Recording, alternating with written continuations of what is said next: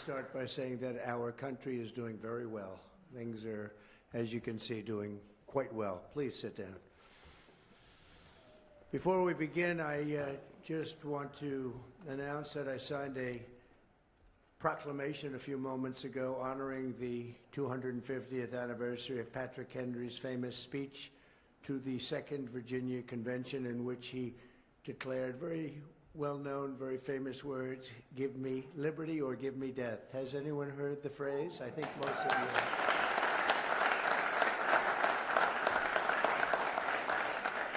And moments ago, I also signed an executive order to dramatically increase production of critical minerals and rare earths. It's a big thing in this country, and as you know, we're also signing agreements in various locations to unlock rare earths and minerals and lots of other things all over the world, but in particular Ukraine. We're doing very well with regard to Ukraine and Russia, and one of the things we are doing is signing a deal very shortly with respect to rare earths with Ukraine, which they have tremendous value in rare earth, and we appreciate that. And we spoke yesterday with, as you know, President Putin and President Zelensky, and we would love to see that come to an end, and I think we're doing pretty well in that regard. So hopefully we could save thousands of people a week from dying. That's what it's all about. They're dying so unnecessarily, and I believe we'll get it done. We'll see what happens, but I believe we'll get it done. Today we take a very historic action that was 45 years in the making. In a few moments, I will sign an executive order to begin eliminating the Federal Department of Education once and for all.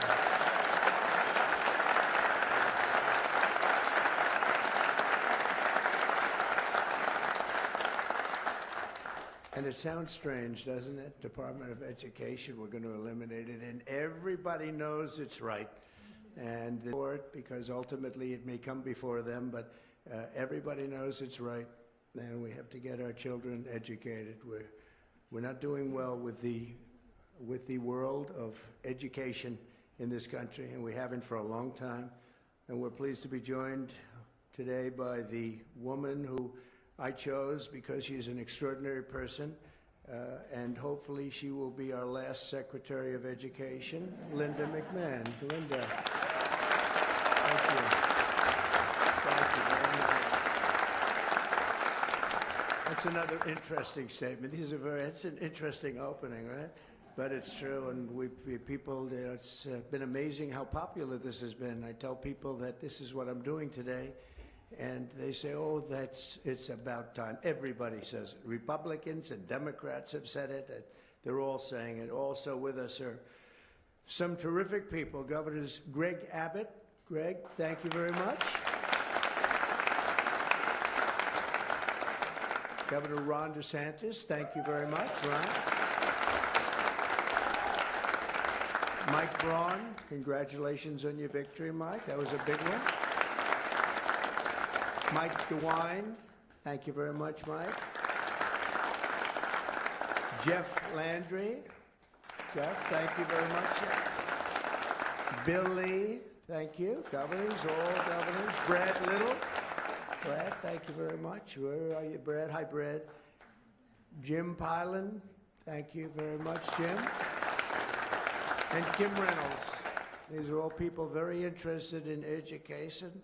And I even see Dan Patrick over there, my friend Dan Patrick. We're joined also by Representatives Tim Walberg and Virginia Fox, Rick Allen, Michael Rulli,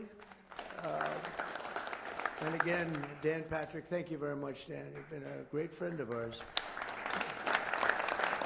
And State Attorneys General Ken Paxton. Ken, I see you there. Andrew Bailey. Andrew, what a job you've done, Andrew. You have some good cases going. You've done a great job. Thank you very much. And co-founder of Moms for Liberty, Tiffany Justice. She's been a hard worker. Thank you, Tiffany. When President Carter created the Federal Education Department in 1979, it was opposed by members of his own cabinet, as well as the American Federation of Teachers, the New York Times editorial board, and the famed Democrat Senator Daniel Patrick Moynihan. History has proven them right, absolutely right. After 45 years, the United States spends more money on education by far than any other country, and spends likewise by far more money per pupil than any country, and it's not even close. But yet we rank near the bottom of the list in terms of success. It's an amazing stat. Those are two stats you don't want: the most money spent per pupil, and you're at the bottom of the list. And that's where we are, like it or not, and we've been there for a long time. 70% of 8th graders are not proficient in either reading or in math. 70%. 40% of 4th graders lack even basic reading skills, can't read. Students in our public elementary and middle schools score worse in reading today than when the department opened, by a lot. In Baltimore, 40% of the high schools have 0 students who can do basic mathematics. Not even the very simplest of mathematics. I said, give me your definition of basic, and they're talking about like adding a few numbers together. Despite these breathtaking failures, the department's discretionary budget has exploded by 600% in a very short period of time, and it employs bureaucrats in buildings all over Washington, D.C. And as a former real estate person, I will tell you, I ride through the streets of Washington and it says Department of Education, Department of Education. I said, how do you fill those buildings? It's crazy what's happened over the years. I'm pleased to report that after offering these federal employees 2 generous buyout options, and they were very generous, and they're good people, but they were very generous. My administration has initiated a reduction in force, and we're already cutting numbers that were really surprising to a lot, that we were able to do it so successfully. And we've cut the number of bureaucrats in half. 50% have taken office.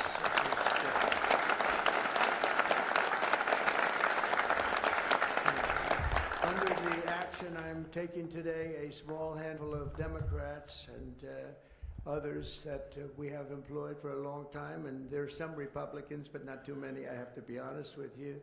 But the department's useful functions, and such as, and they're in charge of them: Pell Grants, Title I funding, resources for children with disabilities and special needs will be preserved, fully preserved. They're all going to be so. If you look at the Pell Grants, it's supposed to be a very good program. Title I funding and resources for children with special disabilities and special needs, they're going to be preserved in full and redistributed to various other agencies and departments that will take very good care of them. And it's very important to Linda, I know, and it's very important to all of us.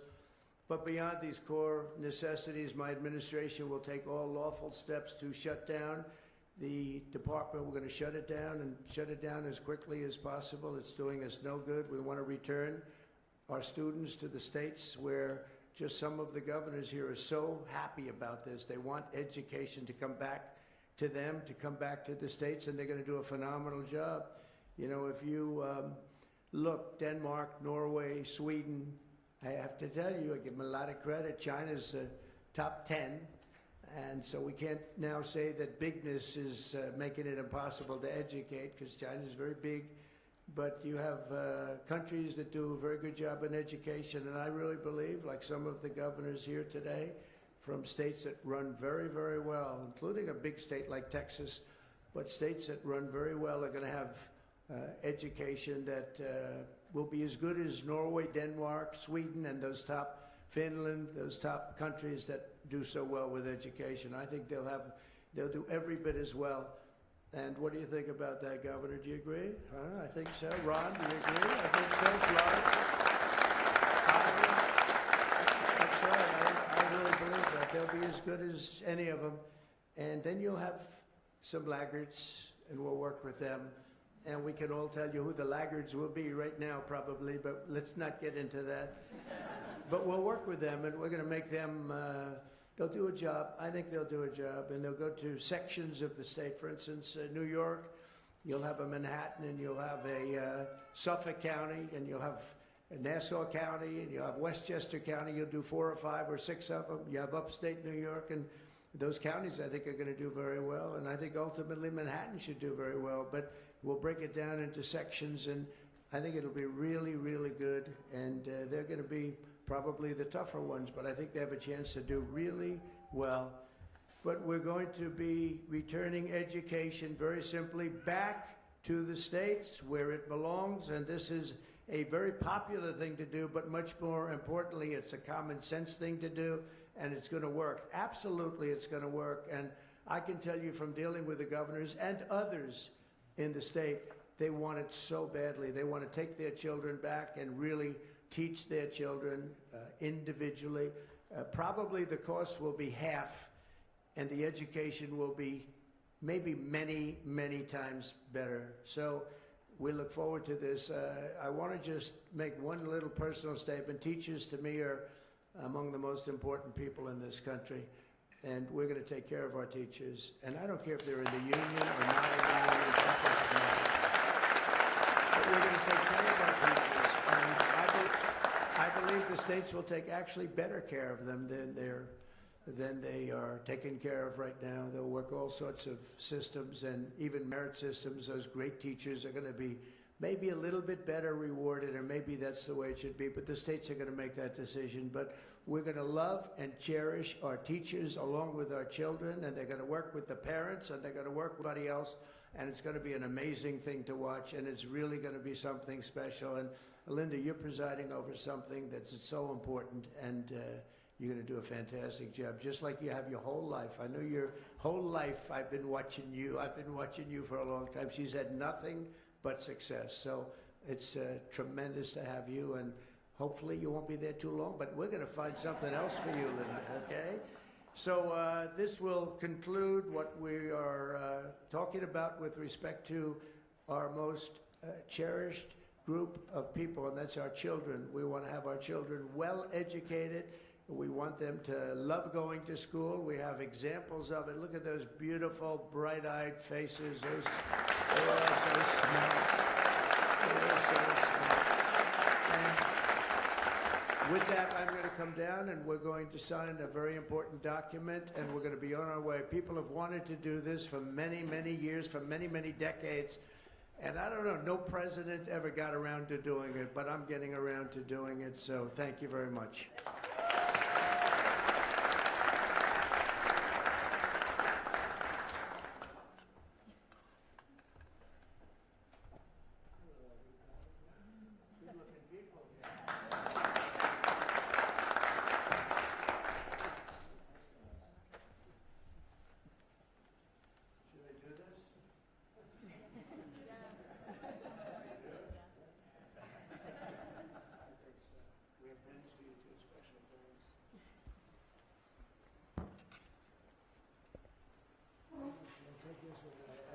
I was very lucky. I signed another document that turned out to be very good for the country, and I said, let's use that same pen. I don't know, is anybody superstitious? Ron, are you superstitious?